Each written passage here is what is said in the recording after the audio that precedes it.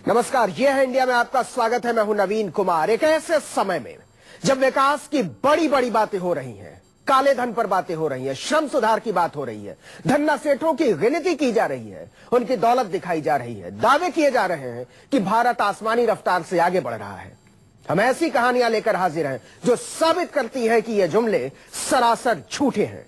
ये देश उन लोगों से भरा पड़ा है जो पूरी उम्र दाल नहीं खा पाते, जो पूरी उम्र पनीर नहीं खा पाते, जो पूरी उम्र जलेबी नहीं खा पाते। शुरुआत इस सवाल से कि ऐसा कैसे हो सकता है।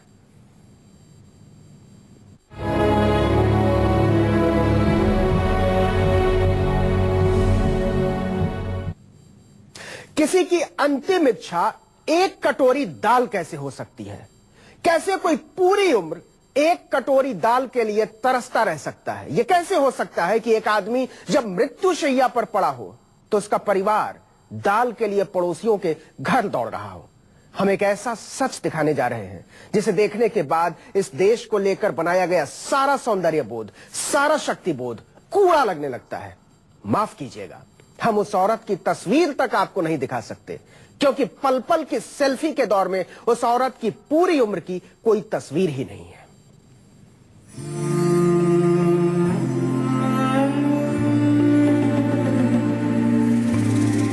घाट पर मां की लाश पड़ी है, बच्चे भूख से बिलबिला रहे हैं, चूल्हा बुझा पड़ा है, पतीलियां खाली हैं, शाम का पका हुआ भात कुकर में बचा हुआ है, आदमी हिसाब लगा रहा है। ये बच्चों की भूख का जवाब हो सकता है कि नहीं? ऐसा तब होता है जब गरीबी जिंदगी के शोक और मौत के अफसोस दोनों को खा जाती है।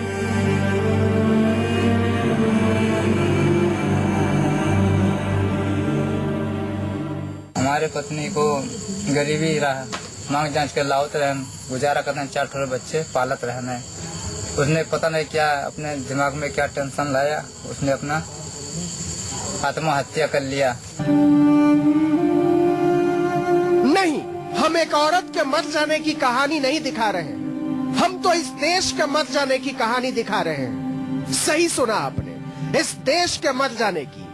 पूरी उम्र वो औरत एक कटोरी दाल के लिए तरसती रही। जी हाँ जनाब, सही सुना आपने, एक कटोरी दाल के लिए तरसती रही वो औरत। अरहर, मसूर, चना, मूंग या उड़द का विकल्प नहीं था उसके पास। कोई भी दाल, कैसी भी दाल, पनीली, गाढ़ी, कच्ची या पकी हुई। और जब उसने गरीबी से हार कर जहर खा लिया तो अपने अपाहिज पति से कहा, अब तो जा रही हूँ, आखिरी इच्छा है मेरी, जाते हुए तो दाल चखा दो। बोला अब जो हो रहा तो हो ही गवा, अब तो बच्चे देखो और हमारी आखिरी अंतिम द्वार है, ये कटोरी हमें दाल पिए दियो तो हो।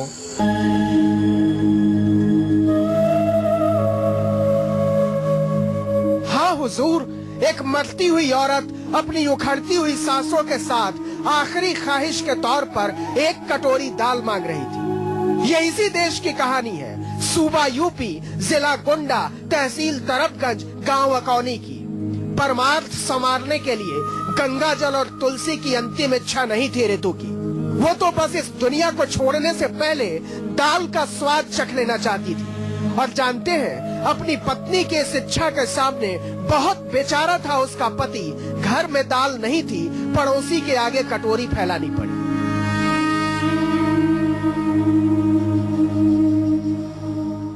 थोड़ा था दाल पिया, उसके बाद में नहीं पिया। दाल कहाँ से लाए थे? मैं मांग के लाया था। जुबान पर दाल पहुंचते ही ऋतु को ऐसा लगा जैसे राजा इंद्र ने 56 भोग परोस दिया हो। दाल के स्वाद के दिव्य एहसास ने उसकी मौत को आसान बना दिया। पकती हुई दाल के सुगंध ऋतु को पागल बना देती थी। पूरी जिंदगी वो सोचती रही, कैसा होता होगा दाल का स्वाद। और हमारी आखिरी अंतिम द्वार है, ये कटोरी हमें दाल पिए दियो। दाल कहाँ से लाए थे? मैं मांग के लाया था। राम फिर खुद चल फिर नहीं सकते और 4 बच्चों की जिम्मेदारी माथे पर है। घर की हालत आप देख रहे हैं, अगर इसे घर कहते हैं तो।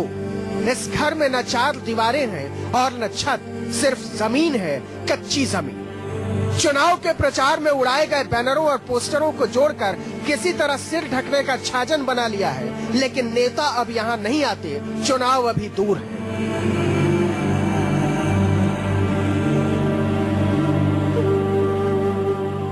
और हमारी आखिरी अंतिम द्वार है, ये कटोरी हमें दाल की है, जो दाल कहाँ से लाए थे? मैं मांग के लाया था। हर पल की सेल्फी के दौर में रितु की पूरी उम्र की सिर्फ एक तस्वीर है, और वो भी उम्र की नहीं, उम्र पूरी हो जाने के बाद की। उसकी लाश की तस्वीर, पोस्टमार्टम के लिए सफेद सरकारी चादर में लिपटी हुई देह, जो एक कटोरी दाल के लिए मौत का इंतजार करती रही। उसके लिए अच्छे दिन का मतलब था सिर्फ एक कटोरी दाल। चंद्रेश्वर तिवारी, गोंडा, न्यूज़ 24।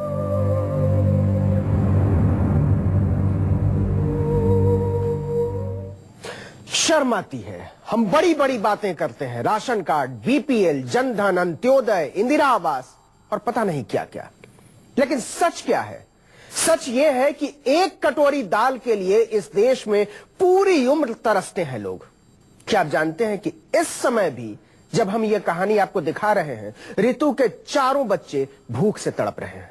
इस समय भी दुनिया का हर 8वां आदमी भूखा है, और इस समय भी 20 करोड़ लोगों को पेट भरने लायक खाना नहीं मिला है, बर्बाद किया जा रहा है खाना। एक कटोरी दाल के लिए पूरी उम्र तड़पती रही रितु घटना नहीं है, सबूत है कि इस देश की सारी कल्याणकारी योजनाएं उसके लिए फिजूल थी। कोई मतलब नहीं नारों का, कोई मतलब नहीं इश्तिहारों का, कोई मतलब नहीं वादों का। थोड़ा था दाल पिया, उसके बाद में नहीं पिया। दाल कहाँ से लाए थे? मैं मांग के लाया था। गोंडा के डीएम को भी हमने रितु की कहानी सुनाई कि कैसे वो अंतिम सांस लेते हुए दाल चखाने के लिए गिड़गिड़ा रही थी, लेकिन बंगले में रहने वाले, लाखों तनख्वाह लेने वाले, लाल बत्ती की कार से चलने वाले, नौकर चाकर से घिरे रहने वाले डीएम को एक कटोरी दाल की कीमत कहाँ पता होती। वैसे सामान्यतः इस घटना के आधार पर यह नहीं कहा जा सकता कि इतनी गरीबी है इस कारण इस प्रकार लोग आत्महत्या कर रहे हैं। ये पहला प्रकरण मेरे संज्ञान में आया है, जिसकी जांच करा करके देखा जाएगा क्या वास्तविकता है। पता नहीं किस दुनिया में रहते हैं डीएम, क्या सजा देंगे, किसको सजा देंगे, किस गुनाह की सजा देंगे। सामूहिक अपराधों की पूरी दुनिया में कोई सजा नहीं होती। रितु उस हिंदुस्तान में सारी उम्र दाल के स्वाद के बारे में सोचती रही, जिस हिंदुस्तान में 22 करोड़ लोग रोज भूखे पेट सोते हैं, लेकिन उसी हिंदुस्तान में हर साल 40% दाल, सब्जी, फल बर्बाद हो जाता है। ऑस्ट्रेलिया की पैदावार के बराबर गेहूं बर्बाद हो जाता है। लगभग 30 करोड़ लोगों का खाना हम बर्बाद कर देते हैं। 2 करोड़ टन से ज्यादा अनाज इस हिंदुस्तान में हर साल सड़ जाता है। तो क्या हैरत कि रितु मरते हुए कह रही थी कि दाल का स्वाद चखा दो। दाल उसके लिए समुद्र मंथन से निकले अमृत से ज्यादा कीमती चीज थी। था दाल पिया, उसके बाद में नहीं पिया। दाल कहाँ से लाए थे? मैं मांग के लाया था। ऐसा नहीं है कि हमारी धरती अनाज कम उगाती है, फल कम उगाती है, सब्जी कम उगाती है। सबके लिए भरपूर अनाज, सब्जी, फल, दालें देती है हमारी जमीन, लेकिन मुनाफे का लालच और रुपए की लूट करोड़ों लोगों की भूख पर भारी पड़ती है। दुनिया भर में 46 लाख करोड़ रुपए का खाना हर साल बर्बाद हो जाता है। 84 करोड़ लोगों को दोनों वक्त भरपेट खाना नहीं मिलता। केवल चीन में होने वाले खाने की बर्बादी से 20 करोड़ लोग पेट भर सकते हैं। ऐसी दुनिया में जहां हर 8वां आदमी इस वक्त भी भूख से तड़प रहा है, उस दुनिया में रितु का दाल के लिए तड़पना तकलीफ दे लेकिन बहुत छोटा सा हिस्सा है।